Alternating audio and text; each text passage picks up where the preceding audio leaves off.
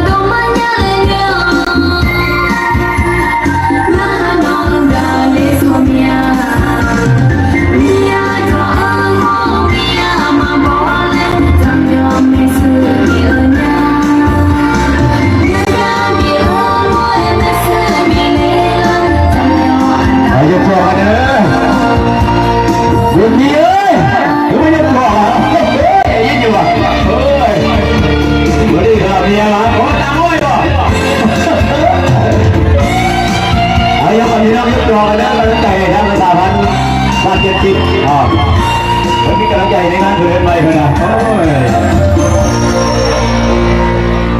ขอเชียร์เสมอกันเลยพี่น้อง